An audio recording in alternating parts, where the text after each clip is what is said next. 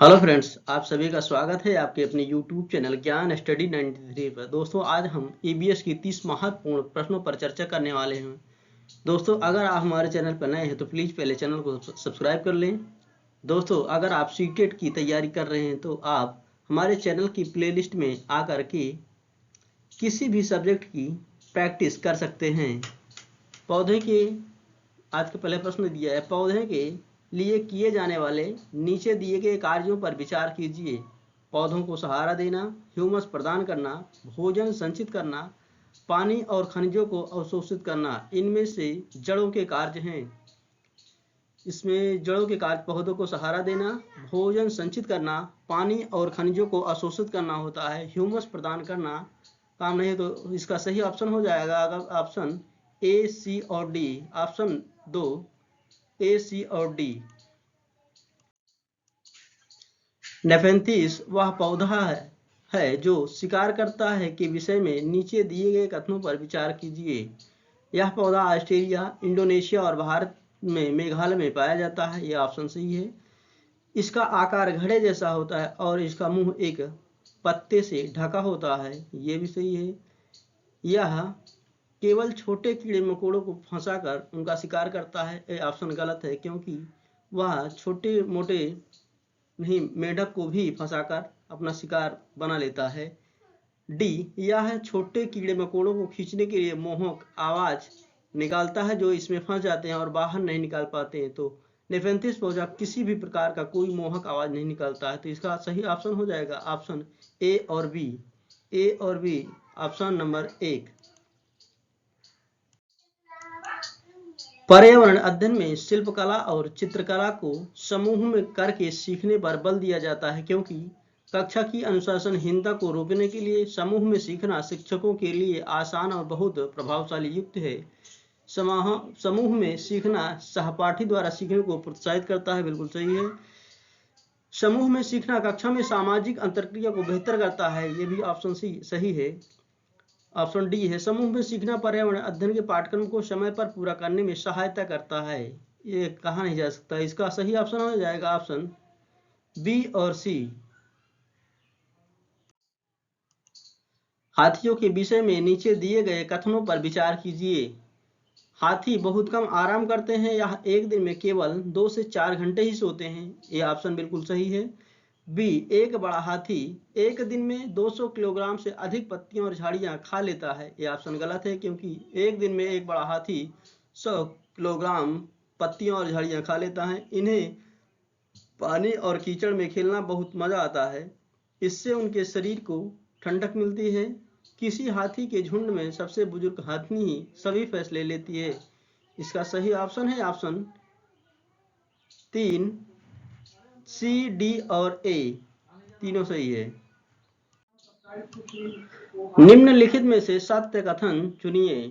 हाथी गंदे पानी में खेलना पसंद करते हैं, क्योंकि इससे इनके शरीर को ठंडाई मिलती है। बिल्कुल सही है। अधिकांश हाथी दिन में लगभग 10 घंटे आराम करना और सोना पसंद करते हैं। ऑप्शन गलत है, क्योंकि हाथी दिन में लगभग 2 से 4 घंटे ही सोते हैं। 3 महीने के हाथी के बच्चे का वजन लगभग 200 किलोग्राम होता है। सही है। अधिकांश बड़े हाथी एक दिन में लगभग 100 किलोग्राम पत्ते झाड़ियां खा लेते हैं। ये ऑप्शन सही है। तो ऑप्शन सही हो जाएगा ऑप्शन ए, सी और डी। ए, सी, डी, ऑप्शन नंबर 3 ए, सी और डी। रेगिस्तानी ओक के बारे में सही कथन चुनिए। यह पेड़ ऑस्ट्रेलिया में पाया जाता है। एकदम सही है। यह पेड़ ऑस्ट्रेलिया में पाया जाता है। यह एक विशेष प्रकार का पेड़ है जिसके जड़ें टहनियों से लटकती हैं। ये दोस्तों ऑप्शन गलत है, क्योंकि ओक के जड़ें टहनियों से नहीं बल्कि बरगद की जड़ें टहनियों से लटकती रहती हैं। इस पेड़ की जड़ें जमीन में उस गहराई तक जाती हैं जब तक कि पानी न पहुंच जाए। ये भी सही है। इस पेड़ के तने में पानी जमा होता रहता और स्थानीय लोग पतले पाइप का उपयोग करके इस पानी को पीते हैं। ये बिल्कुल सही है। ए, सी और डी। ए, सी और डी सही हो जाएगा। सही ऑप्शन है 2, ए, सी और डी। कुछ हजार साल पहले भारत में तालाबों के निर्माण के अल्बेरोनी के अवलोकन के आधार पर कक्षा 5 के ईवीएस की पाठ्य पुस्तक में एक अनुच्छेद है इस अनुच्छेद को शामिल करने का क्या उद्देश्य होगा? यह इतिहास के स्रोतों की पहचान करने में शिक्षार्थियों की मदद करता है। यह शिक्षार्थियों को उनके अवलोकनों की रिकॉर्डिंग में सुधार करने में मदद करता है। यह शिक्षार्थियों को कुछ हजार साल पहले भारत में मौजूद तकनीक की सराहना करने में मदद करता है। यह शिक्षार्थियों को इतिहास में साक्ष्य की भूमिका की सराहना करने में मदद करता है। इसका सही ऑप्शन है ऑप्शन 4 ए सी डी सही है। नीचे दी गई कौन कौन सी जानकारी एक आरक्षित रेल टिकट से प्राप्त की जा सकती है? ए टिकट बुक कराने की तारीख और समय, यात्रा शुरू करने की तारीख और समय। बी डिब्बे का नंबर, बर्थ का नंबर और किराया, यात्रा करने वाले का नाम, आयु और लिंग, ट्रेन का नंबर और नाम, वह स्टेशन जहां से ट्रेन पकड़नी है और अंतिम स्टेशन का नाम। इसका सही ऑप्शन है ऑप्शन 2 ए बी सी और डी चारों सही हो जाएगा। निम्नलिखित में से कौन से प्राथमिक स्तर पर पर्यावरण अध्ययन में आकलन के लिए उपकरण और तकनीक है? ए परियोजना कार्य, बी क्षेत्र भ्रमण, सी जर्नल लिखना या डी विचार मानचित्रण। इसका सही ऑप्शन है option 2 A B C D चारों सही हो जाएगा। कोमल विभिन्न प्रकार से यात्रा टिकटों का उपयोग करती है। ऐसे टिकटों के उपयोग से निम्नलिखित में से किस संकल्पना पर प्रभावपूर्ण ढंग से चर्चा की जा सकती है? अलग अलग साधनों से यात्रा करने पर यात्रा लागत भी भिन्न होती है। यात्रा की लागत उस वाहन द्वारा प्रयुक्त ईंधन पर निर्भर करती है। सार्वजनिक परिवहन से एक स्थान से दूसरे स्थान पर जाने में के लिए हमें टिकट चाहिए। आरक्षण प्रक्रिया की सर्वाधिक उपयुक्त विकल्प चुनिए। इसका सही ऑप्शन है ऑप्शन 2 ए और सी, यानी अलग अलग साधनों से यात्रा करने पर यात्रा लागत भी भिन्न होती है और सार्वजनिक परिवहन से एक स्थान से दूसरे स्थान पर जाने के लिए हमें कक्षा में एक में पर्यावरण अध्ययन में शिक्षार्थियों के आकलन के बारे में निम्नलिखित में से कौन सा कथन सत्य है? मौखिक परीक्षाएं क्योंकि हो सकता है कि बच्चे लिखने में सक्षम न हो। ड्राइंग क्योंकि बच्चे को इसमें आनंद आता है। सी कि शिक्षकों का अवलोकन और रिकॉर्डिंग। डी किसी को न रोके नीति को ध्यान में रखते हुए आकलन की गई कोई आवश्यकता नहीं है। इसका सही ऑप्शन है ऑप्शन 1 ए बी और सी। मौखिक परीक्षाएं क्योंकि हो सकता है कि बच्चे लिखने में सक्षम ना हो। ड्राइंग क्योंकि बच्चों को इसमें आनंद आता है और शिक्षकों को अवलोकन और रिकॉर्डिंग। पर्यावरण अध्ययन पाठ्यपुस्तक की विषय वस्तु में परिभाषाओं और व्याख्यानों को दूर रखा जाना चाहिए। रटकर सीखने को हतोत्साहित करना चाहिए। बच्चे को प्रश्न करने और खोजने का मौका मिलना चाहिए। बच्चे को केवल लिखित जानकारी दी जानी चाहिए। इसका सही ऑप्शन हो जाएगा ऑप्शन ए बी सी सही होगा। इसका ऑप्शन सही है 4 ए बी सी। परिभाषाओं और व्याख्यानों को दूर रखा जाना चाहिए। रटकर सीखने को हतोत्साहित करना चाहिए और बच्चे को प्रश्न करने और खोजने का मौका मिलना चाहिए। ग्रामीण क्षेत्र के मकानों के ढांचे वहां की जलवायु की स्थिति से संबंधित होते हैं। एक गांव के मकानों के लक्षण नीचे दिए गए हैं। मकान मजबूत बांस के खंभों पर बने होते हैं। अंदर से भी मकान लकड़ी के ही बने होते हैं। मकान जमीन से लगभग 3 मीटर से 3.5 मीटर ऊंचाई पर बने होते हैं। मकानों की छतें ढालू होती हैं। यदि इस गांव में भारी वर्षा होती है तो यह गांव किस राज्य में होना चाहिए? इसका सही ऑप्शन है ऑप्शन ए असम। हाथियों के झुंड के बारे में सही कथनों को चुनिए। हाथियों के झुंड में केवल हथनियां और 14 से 15 वर्ष के ही बच्चे रहते हैं। हाथियों के एक झुंड में किसी एक ही परिवार के सदस्य होते हैं। झुंड की सबसे बुजुर्ग हथनी ही पूरे झुंड की नेता होती है। एक झुंड में हथनियों और बच्चों की संख्या कितनी भी हो सकती है? इसका सही ऑप्शन है ऑप्शन 2 ए और सी। हाथियों के झुंड में केवल हथनियां और 14 से 15 वर्ष के बच्चे ही रहते हैं। झुंड की सबसे बुजुर्ग हथनी ही पूरे झुंड की नेता होती है। नीचे लोगों के कुछ क्रियाकलाप दिए गए हैं। खानों का उत्खनन, खुदाई, बांधों का निर्माण, बाजार में बेचने के लिए पत्तियां एवं जड़ी बूटी इकट्ठी करना, बांस से टोकरी बनाना। इनमें से वह क्रियाकलाप कौन से हैं जो जंगलों के गायब होने के लिए जिम्मेदार हैं? इसका सही ऑप्शन है ऑप्शन ए और बी दोनों। खानों का उत्खनन और बांधों का निर्माण जंगलों के गायब होने के लिए प्रमुख जिम्मेदार हैं। नीचे दिए गए कर्तव्यों या उत्तरदायित्व का अध्ययन कीजिए। अन्य लोगों का सामान उठाने में मदद करना, पूरे ग्रुप के आगे चलना ताकि ग्रुप पीछे पीछे चले, जो चल ना पाए उसे रोकने के लिए कहना, साथी के बीमार होने पर उसका ध्यान रखना और सबके लिए खाने पीने का इंतजाम करना।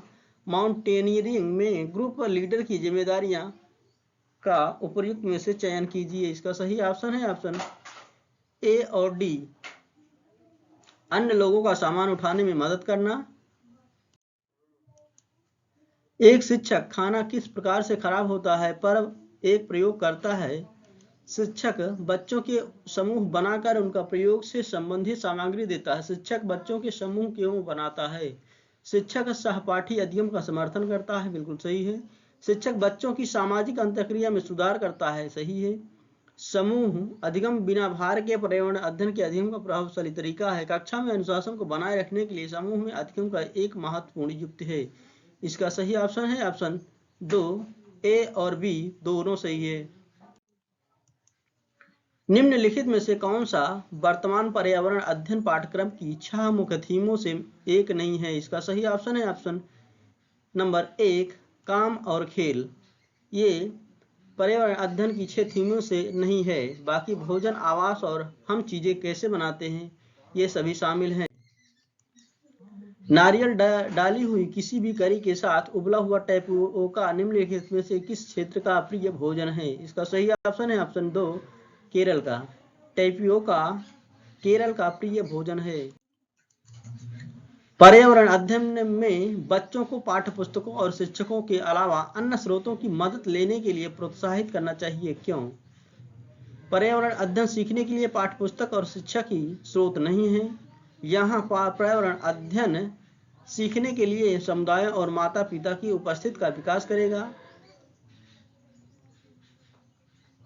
यह शिक्षकों को बच्चों की पृष्ठभूमि को जानने का अवसर देगा।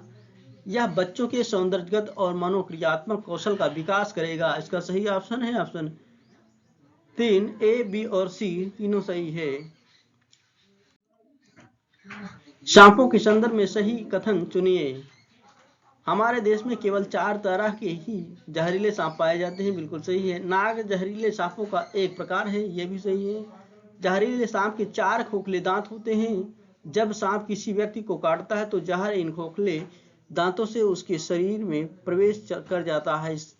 ये सांप के जहरीले 4 दांत नहीं बल्कि 2 दांत होते हैं। सांप के काटने की दवाई सांप के जहर से ही बनाई जाती है। इसका सही ऑप्शन भी है ए, बी और डी, ए, बी, डी। ज्योति को यह सिखाया जाता है कि वह प्रश्न पत्र बनाते समय निम्न चरणों का अनुपालन करे। प्रश्न लिखना, रूपरेखा या डिजाइन तैयार करना, प्रश्न पत्र का संपादन करना, ब्लूप्रिंट तैयार करना। इसका सही ऑप्शन है ऑप्शन नंबर 3 BDAC, यानी पहले रूपरेखा बनाना, फिर ब्लूप्रिंट तैयार करना, फिर प्रश्न लिखना और फिर प्रश्न पत्र का संपादन करना। कक्षा 3 के शिक्षार्थियों को हमारे दोस्त पक्षी प्रकरण पढ़ाते समय ज्योति नीचे दी गई पद्धति का प्रयोग करती है। पक्षियों पर आधारित वृत्त चित्र दिखाना, विभिन्न पक्षियों की तस्वीरें वाले चार्ट का प्रयोग करना और संक्षेप में उनका वर्णन करना, शिक्षार्थियों को नजदीक के पार्क में ले जाना और उनसे पक्षियों को ध्यान से देखने के लिए कहना।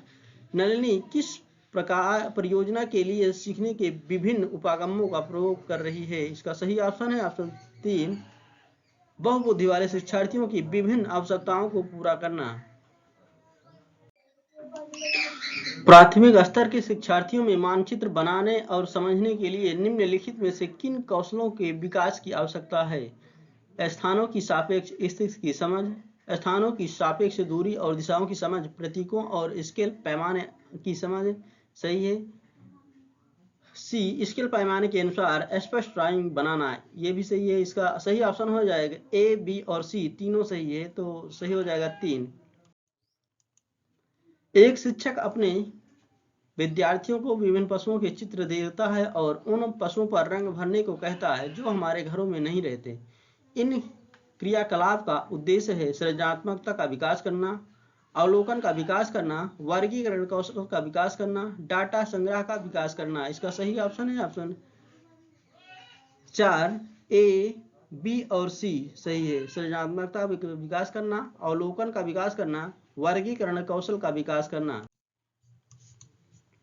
निम्नलिखित में से क्या पर्यावरण अध्ययन को सीखने का सबसे प्रभावी संसाधन है?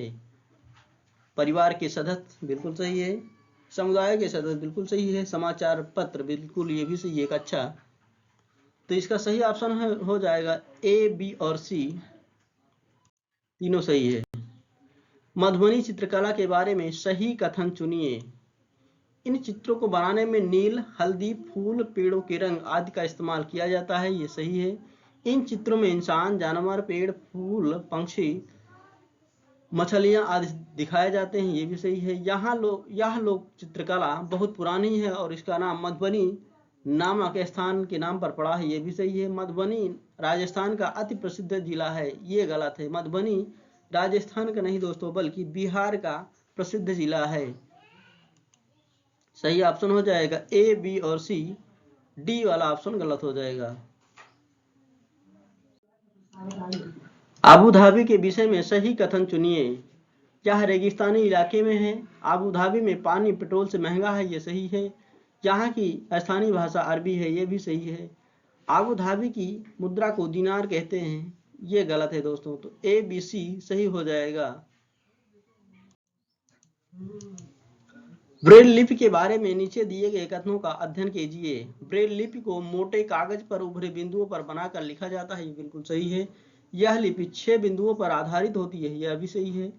बिंदुओं की पंक्तियां किसी नुकीले औजार से बनाई जाती हैं, ये गलत है दोस्तों। इस उभरे हुए बिंदुओं पर हाथ फेर कर पढ़ा जाता है, ये सही है, क्योंकि उभरे बिंदुओं को स्पर्श करके ही पढ़ा जाता है। ब्रेल लिपि को फ्रांस के वैज्ञानिक लुईस ब्रेल ने खोज की थी, तो इसका सही ऑप्शन हो जाएगा ए, बी और डी।